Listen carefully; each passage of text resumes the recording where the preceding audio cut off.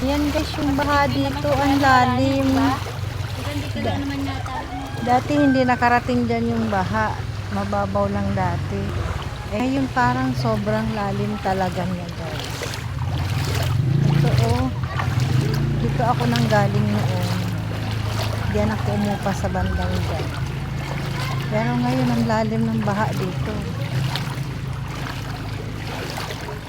Masyadong malamig sa binti.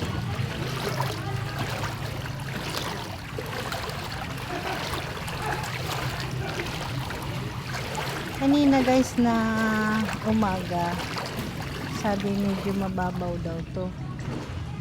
Pero ngayon parang ang lalim.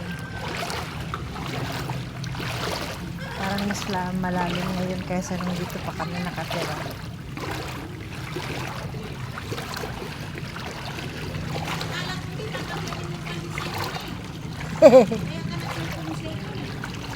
Ayan po, yan oh. Kahit baha nagtitinda ng pandesal yan.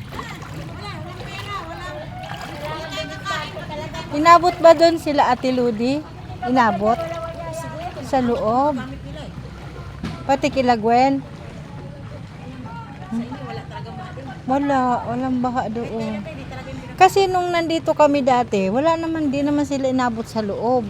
Mas malalim yung baha ngayon, sobra. Eh dito pa lang, itingnan mo na oh.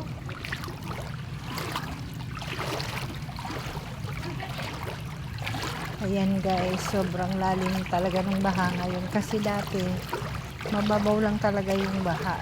Last year. Kasi naglalakad pa ako dito noon.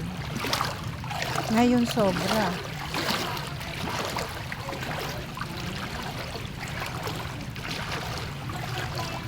Sobrang lalim eh. Maglalakad lang po kami palabas kasi titingnan namin kung gaano kalalim yung baha.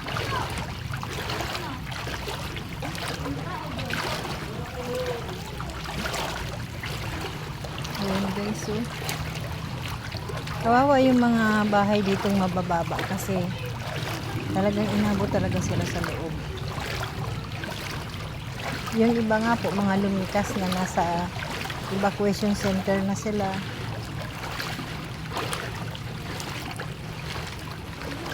Swerte yung mga matataas ang tambak dito. Pero guys, napakalamig po talaga sa binti. Pagkatapos ko maglaba andito ako lumusong sa baha.